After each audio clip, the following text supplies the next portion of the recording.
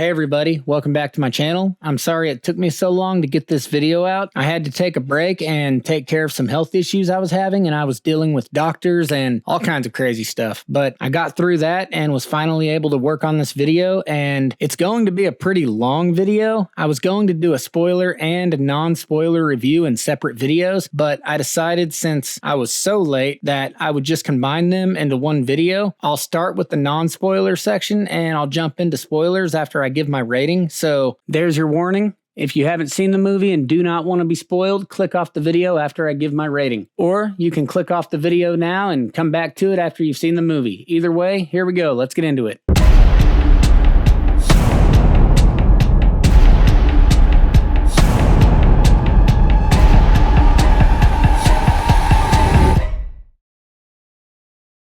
Scream 6 is a 2023 horror film starring Jenna Ortega, Melissa Barrera, and is directed by Matt Bettinelli-Olpin and Tyler Gillette.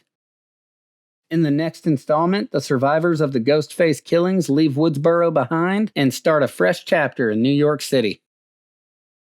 So, one last thing I'm going to throw in here in regards to spoilers before I get started is that if it was in the trailer or in any of the marketing, it's fair game. So, it will probably be mentioned in my non-spoiler section, or at least there's a chance it will be. So, if you're super sensitive to spoilers and literally want to go into this movie 100% blind, then it's probably best, like I said, to come back after you've seen the movie. So the first two words that come to my mind when I think of this movie are anxiety-inducing. This, in my opinion, is easily the most psychological movie in the franchise. The way you felt in the opening first 15 minutes or so of the first Scream with Drew Barrymore's Casey Becker is how you're gonna feel through this entire movie. It takes you on twists and turns that you will absolutely not see coming. This movie will literally give you so much anxiety. There's multiple scenes throughout the entire movie where it'll be a cat and mouse game or a chase scene will drag out, but it will do it slow and methodically, and the filmmakers actually had faith in the scenes themselves and didn't just give you instant payoff. It would linger on a scene for a while and you would have no idea what the outcome was going to be here, or if the person was even going to get out of the situation, and you're just on the edge of your seat holding on for the ride. That's what I like to see in horror movies. One thing I absolutely hate is when filmmakers depend on gore and jump scares or raw brutality to scare the audience, because that's not nearly as scary for me. Yeah, there's shock value, I guess, but I like movies that can scare you psychologically because they get in your head and leave you in suspense because you don't know what's coming next. You think you see something, but you're not sure. Is it there? Is it not there? I believe that's a far more effective fear tactic than just raw brutality and gore. But this movie definitely does have its fair share of gore as well. So don't think I'm saying that. And going along with that, this is probably hands down the most brutal Ghostface. I always felt like Ghostface in Scream 4 was the most mean and brutal, even above Scream 5, which I know a lot of people disagree with that, but it's an opinion I have maintained since I watched Scream 4. And until I saw this movie, I had no choice but to change my mind because Ghostface is a complete menace in this movie. But despite them ramping up the gore, it never felt gratuitous, and I felt like it was still done pretty tastefully. It really felt like it served the plot. I've seen people complain that the movie wasn't creative enough with the kills, which is something this entire franchise is pretty much guilty of. I mean, it's all just, generic knife kills, and it's more of the same here. But despite there not being a big variety of weapons used or types of kills per se, it doesn't cut away from anything, and they do get very creative with the knife kills themselves, if that makes sense. And if you've seen the movie, you'll completely understand what I mean by that. But there are actually a couple of kills that were not done with a knife, and one which is really cool that I'll discuss more in my spoiler section at the end of the movie. But yeah, I enjoyed it. I thought it was all done pretty good. And we do get one awesome scene that everybody saw in the trailer where Ghostface used a shotgun, and that scene was even better on the big screen. It was brutal, and it's one of the scenes I was referring to that was very anxiety inducing. I felt like it was even maybe a loose homage to the original Jurassic Park. I haven't seen anywhere where the filmmakers have confirmed that, but it really felt like a little nod to Jurassic Park. And another thing they successfully accomplished that I was actually pretty worried about is not once in this movie, I mean, not one single time did I care that Neve Campbell wasn't in it. In fact,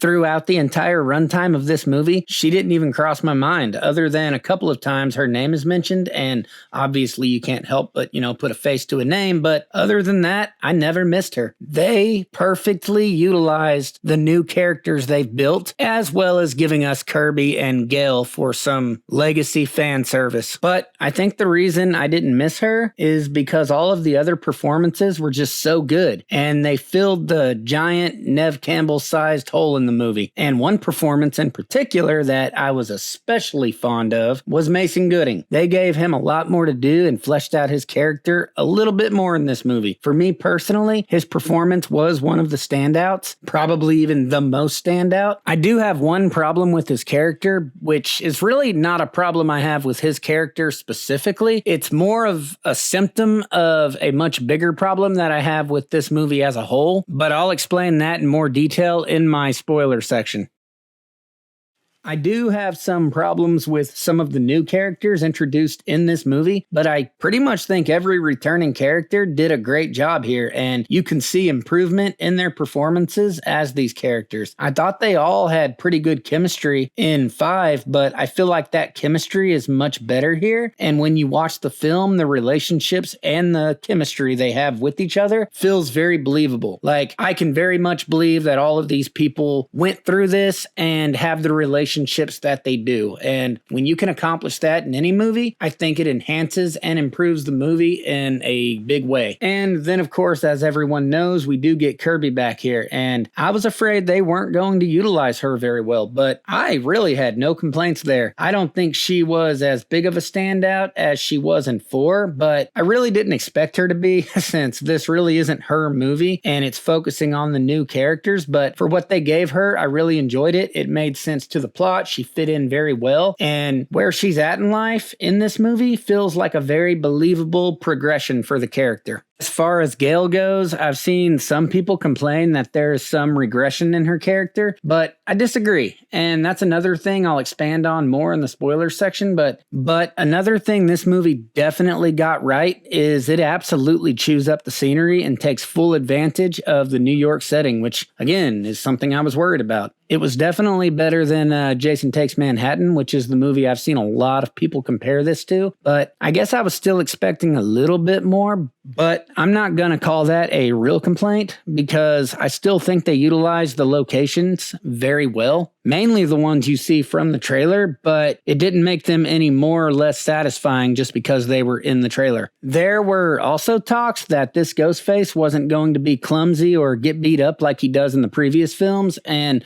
while I would say they didn't completely hit the mark, they did get pretty close. He was definitely the most nimble and sure-footed that we've seen so far. However, despite the love I do have for this movie, and I have a lot of love for this movie, this is a movie review, so I have to be fair and talk about the things I technically didn't like, even though they didn't really hold the movie back for me at all. Like, they are things I noticed, so I'll talk about them, but just remember going into this, these are mostly nitpicks, and none of it's going to drastically affect the rating I give this movie. But with that out of the way, the first thing is something I've actually seen a lot of people complain about, and rightfully so because it is a valid complaint. Almost everyone in this movie has plot armor. There's certain attacks that take place in this movie where you're convinced that person is going to die. Like, there is no way they can live through this, and then boom, they live. One character in particular takes probably more damage than just about anybody else in this movie, and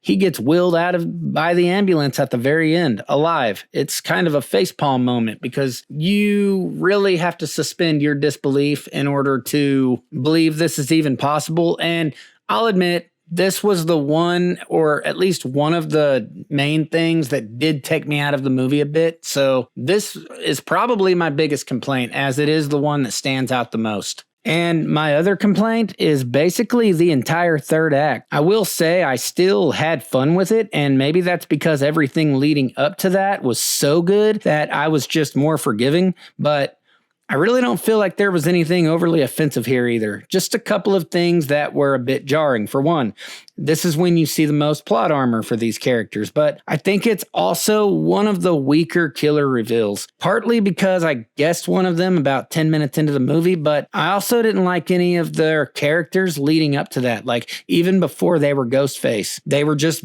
boring characters, but the entire final act was just very hectic, and I would say even a little sloppy, but not atrocious. And like I said, it's more of a nitpick, because while I would say it wasn't great, it was certainly ambitious, so I will give the movie credit for at least that. And I still enjoyed it much more than I enjoyed Scream 2's third act, so there is that. And another thing to consider is that when I call it a weak third act, I'm just comparing it to the other Scream movies. And even the worst parts of Scream are still significantly better than a lot of other franchises, even at their best. So again, don't take this nitpick to heart. I'm just saying that within the confines of this individual franchise, it is one of the weaker third acts, but it has a very strong first and second act, which completely more than makes up for that. But that's really all I have to say negative about this movie. I'm going to save my detailed version of these complaints for the spoiler section, so I will elaborate on them. But for a rating, guys, I'm giving this movie an easy 9. I may wait until the next movie to do another ranking video, but I would say this movie easily comes in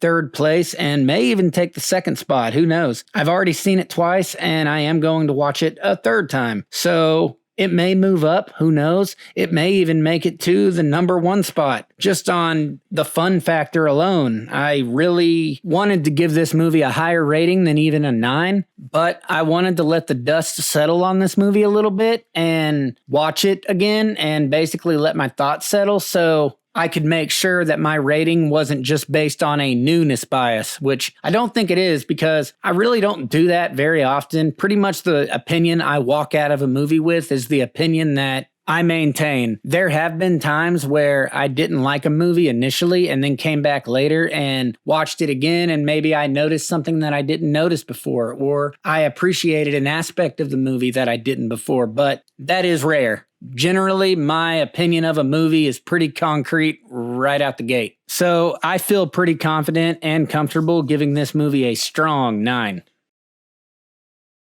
But we are officially moving into spoiler territory, so if you don't want to be spoiled, click off now. And right out the gate, I'll just say it, I was happy that Stu did not come back. I was trying to be optimistic and not just completely dismiss this movie before I even seen it, because I don't agree with people who do that, but I really did not want him coming back. There's even a scene in the third act where one of our 3 killers gets the same TV that killed Stu dropped on his face, and it kills him, and I almost feel like that was the filmmaker's very subtle way of letting us know that Stu is dead. But I digress. On to the rest of it. I just wanted to get that out of the way real quick.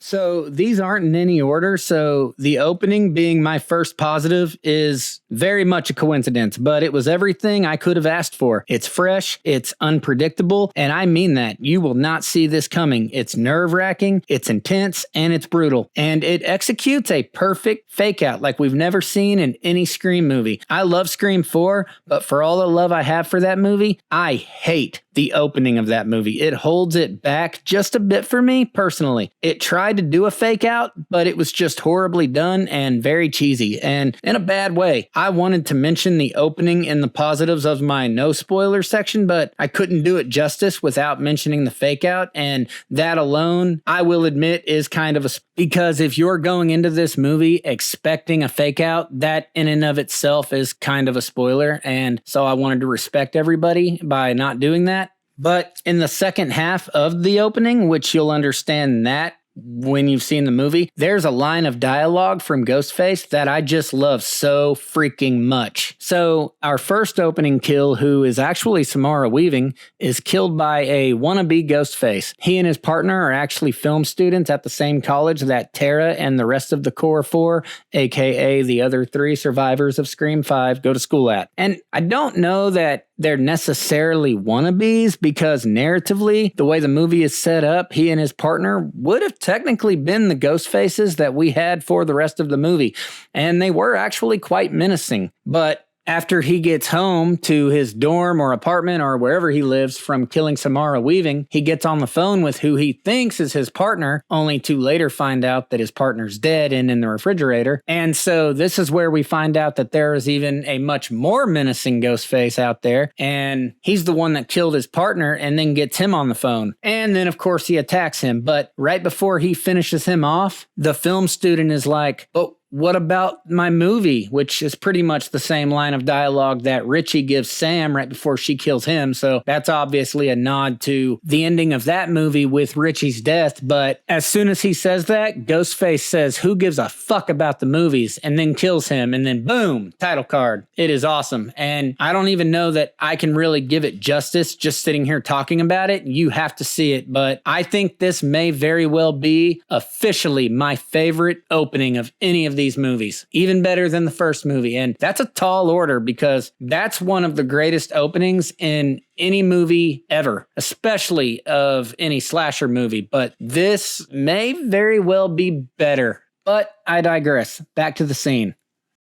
So, sure, by itself, it's not a very significant line, but I would argue that it is a very subtle yet powerful introduction to what kind of a ghost face we're getting here in this movie. He doesn't play by the same rules and isn't motivated by the same silly nonsense that the rest of the ghost faces were from the previous movies. Obviously, they're all evil, they're all psychotic, they're all thrown off, but this dude is truly out for blood. No pun intended. Like, if I had to encounter a ghost face killer and I had the choice of which one I had to come up against, this is the very last one I would want to run into. Like, if he gets a hold of you, it is going to hurt. This movie has several character building subplots as well that actually serve the story very well. 2 big ones both involve Jenna Ortega's character, Tara. One is her potential future relationship with Chad, and the other is her relationship with Sam and how the events of the last movie have affected their relationship. But it handles these subplots very well, and it never takes you out of the movie or makes you forget what movie you're watching. It always remembers what movie it is,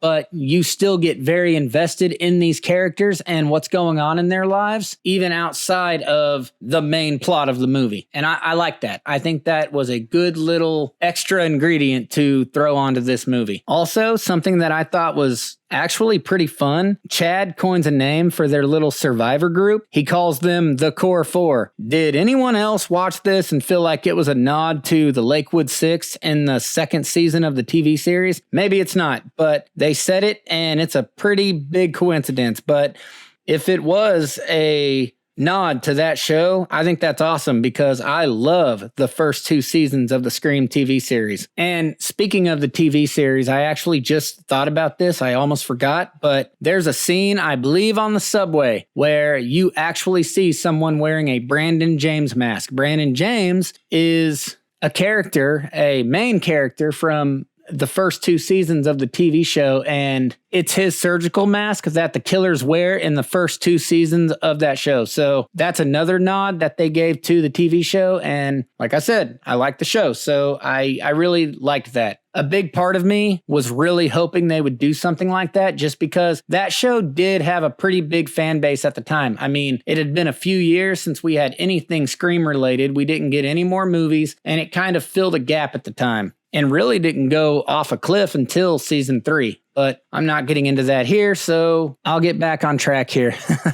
So the way they utilize Ghostface here is very, very menacing. This dude is a complete monster. In the previous movies, you could pretty much ease up and not be anxious in the scenes that are in broad daylight or in a public place or around a bunch of people, because Ghostface was more of a silent predator who picked off people individually when they were alone and vulnerable. But this movie completely flips that idea on its head. So it adds an extra layer of suspense that we didn't get from any of those other movies, because you have no idea what to expect and you never know when Ghostface is going to strike. And that makes this movie genuinely scary, which, again, like I said, I haven't been scared by any of these movies since the first time I watched that opening in the first Scream with Drew Barrymore. But these movies never really capitalized on the fear factor. They were obviously suspenseful, and the whodunit aspect is kind of anxiety-inducing at times. But these movies were mostly just fun. But this movie is seriously next level and takes Scream to a place that I really think it's never been before, and I think it could definitely benefit from staying this course, because you still get the dark humor, you still get the self-aware meta commentary on horror, but you get a much more brutal Ghostface and a much more psychological and suspenseful movie, which is something I've wanted out of these movies for a long time. As much as I love all the other movies, I just felt like that element was lacking from this franchise. And a lot of that is the way they took advantage of the New York setting, because so much crime happens every day in that city that most people just mind their own business and keep walking unless it directly affects them. I'm not sure where you can find it or who conducted it or if it's even true. I mean, it makes sense to me, but I have heard this before, but supposedly there is a study out there that came to the conclusion that even though most people would like to think they would at least try to be a hero or help someone if they saw a crime happening or someone being attacked, but in reality, most people wouldn't, because basically we would tell ourselves, oh, someone else is going to help them, or someone else is going to call the police, someone else is on it, and therefore nothing gets done. It really kind of sucks, but that's just human nature, I guess, and the plot of this movie really doubles down on that entire idea. I also really enjoy the social commentary in this movie on mob mentality and how they utilize it. Even though it is pretty important to the overall plot, it still feels very subtle and feels like it could be a good template for other filmmakers on how to insert commentary in a way that feels organic to the plot and not just shoved in there for the sake of having a message. It totally makes sense within the context of everything they established in the last film and where they went in this film. So, not that no other filmmakers know how to do it, because there are plenty of other filmmakers who have done it and done it correctly and very good. But there's also a lot of them who really kind of suck at it and could learn from radio silence here. We also finally get the long-awaited call between Gale and Ghostface for the first time. It's pretty epic and even got me emotional in parts. When a slasher movie can get in my head and get me emotional, that's noteworthy and something that should be praised. But as much as I liked this entire scene as a whole, there were parts about it that did kind of get on my nerves, which segues me into my next nitpick of this movie. And again, I really want to reiterate this. This does not damage the movie for me, but it is something I noticed, and in the moment, it did kind of get on my nerves, like I said. And maybe it only annoyed me as much as it did because of how good the rest of the movie was. They made Ghostface so menacing in this movie, but I feel like there were times where they made everyone else kind of dumb in the process. And yeah, I know it's a slasher movie, and I shouldn't overthink this stuff, yada yada, dumb people are just part of the package. I know, but in my defense,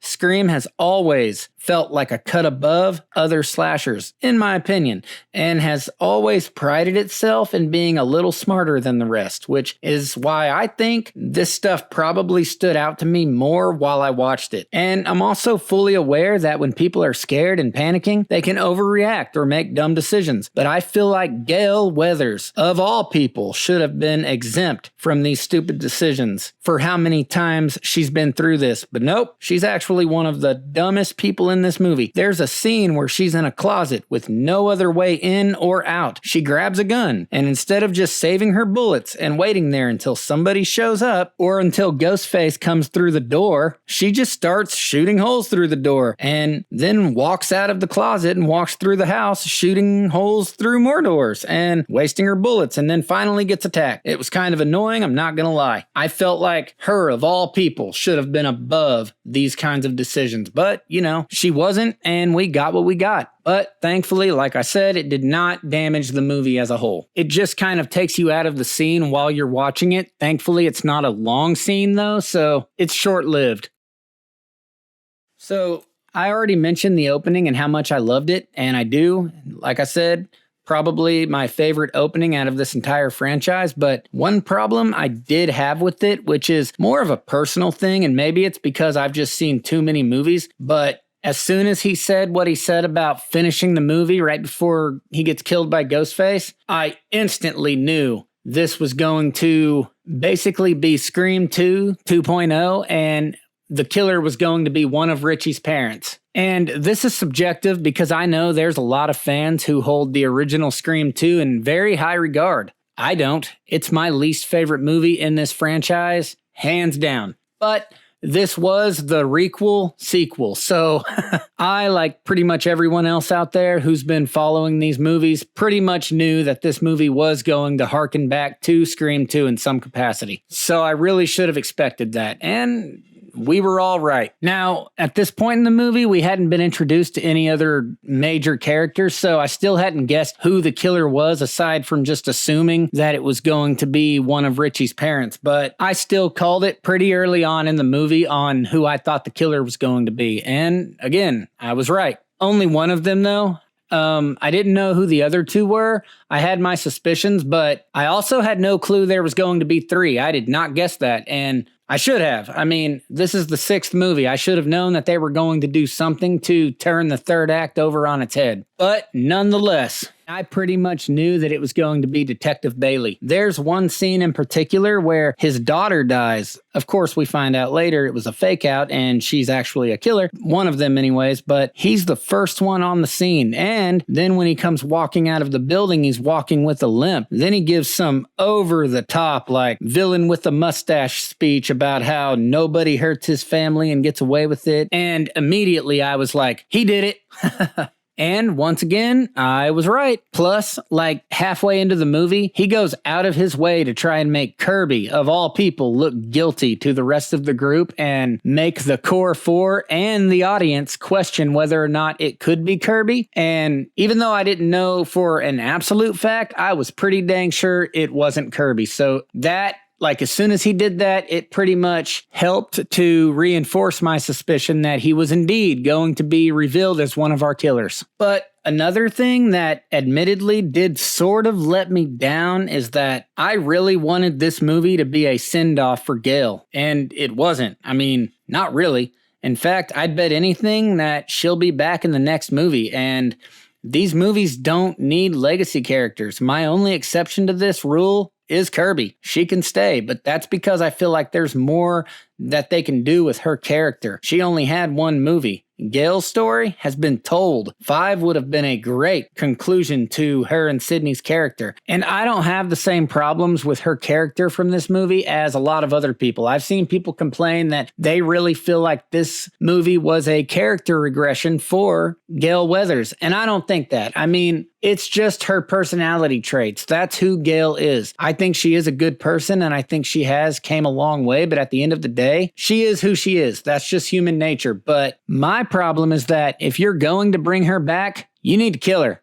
You need to give her a hero's death and let her go out in some epic scene that's emotional and impactful and respectful to the character. But no, she was one of several fake out deaths in this movie. And it completely waters down the moment that she has during her attack where I said I got emotional. Yeah, it's still an effective scene. I liked it. It did elicit an emotion out of me. But when you find out she survived it, it just completely cheapens it. Besides, we don't need her anymore. We don't need her. We don't need Sydney. We don't need Stu coming back. They just need to keep having faith in these new characters they've given us and let them shine. These characters are awesome. I genuinely like them. Like I said, I totally forgot Sydney wasn't even in this movie. Like, I didn't care because everything they were giving us was good enough without her. And not only was it good enough, everybody overperformed. I feel like leaving Gail in here at this point is just them basically being afraid to cut ties with those old characters. And for me personally, I don't like that. Which leads me into another issue with this movie. These characters had some major plot armor. And this is where I will elaborate on the problem I had with Chad's character. And it's a problem I had with several characters in this movie. But honestly, especially Chad. His character in particular takes more damage than just about anybody else in this movie and still lives. Although with him specifically, I'm going to call it more of a mixed feeling than a negative because I really didn't want him to die. So I was happy he didn't. It was just kind of bittersweet because it was just a little unbelievable that he could get stabbed the way he did and make it out alive. I'm not going to say it's impossible, but there were other people in this movie alone that take less damage than him and still don't make it. Also, the killer reveals aren't great. I already kind of touched on that earlier, but I wanted to elaborate on it as well. It was too on the nose with the Scream 2 comparisons. Dermot Mulroney was obviously Richie's dad. If you've seen it, you know that. And that's his motivation for coming after Sam and Tara. They killed his son. But then they add Quinn and Ethan. So giving us 3 killers was cool. I liked that. It was different. We've had 2 killers in almost every movie. In Scream 3, we got 1 killer. We've never had 3. So I liked that, but the characters they chose specifically weren't that good. Not when you stack them up against some of our other ghost faces, especially like Jill or Stu or Billy. They were both actually pretty boring, and I'm not going to say poorly written. They just didn't have a lot to do. There's a couple of funny scenes with Quinn early on in the movie, but overall they really didn't contribute a whole lot to the plot. And once they're revealed to be the other 2 killers, they get pretty annoying. Like, they're just so over the top. Not to mention, like I said earlier several times, Ghostface was a complete force of nature in the first 2 acts of this movie. And I just have a seriously hard time believing any of that was Quinn or Ethan. They're kind of whiny, they're annoying, they seem very immature, they don't come across as a physical threat at all, and they're just simply not intimidating whatsoever. And that's kind of a bummer, especially after everything they had given us out of Ghostface up until this point. There's one point in the 3rd act where Tara stabs Ethan right through the mouth in one of the coolest and most brutal scenes in the entire movie. But then it gets completely ruined once again by, you guessed it, plot armor, because, well, he isn't dead. Big surprise. That seems to be the running theme for this movie. But he is the one a little later who does die by getting the TV dropped on his head. The same TV that killed Stu. So that's the scene where I said I think the filmmakers were winking at the audience and also telling them, hey, Stu is dead. I mean, maybe I read that wrong, but that's how I took that. I took that as their confirmation that Stu is in fact dead. And then my last and final negative, which is just a fun little jab at the movie, is that they teased a beheading and we never got to see a freaking beheading. And that right there is exactly why this movie did not get a 10 out of 10. Just kidding. But that's it, guys. I have a few very minor nitpicks with this movie, and I know a couple of them may have seemed like more than just nitpicks, but they really were. I was just trying to be as objective with my subjective opinion as possible, so I felt like I had to point out the things that were technically wrong with the movie, even if they didn't really bother me that bad. I love this freaking movie, and it easily exceeded my expectations. I never walked into this movie expecting it to be as good as it was. But what did you guys think of Scream 6? Let me know down in the comments section so we can discuss it. Also, hit the notification bell so you never miss a video. In the meantime, like and share this video. If you haven't already, please subscribe, and I'll catch you guys in the next one.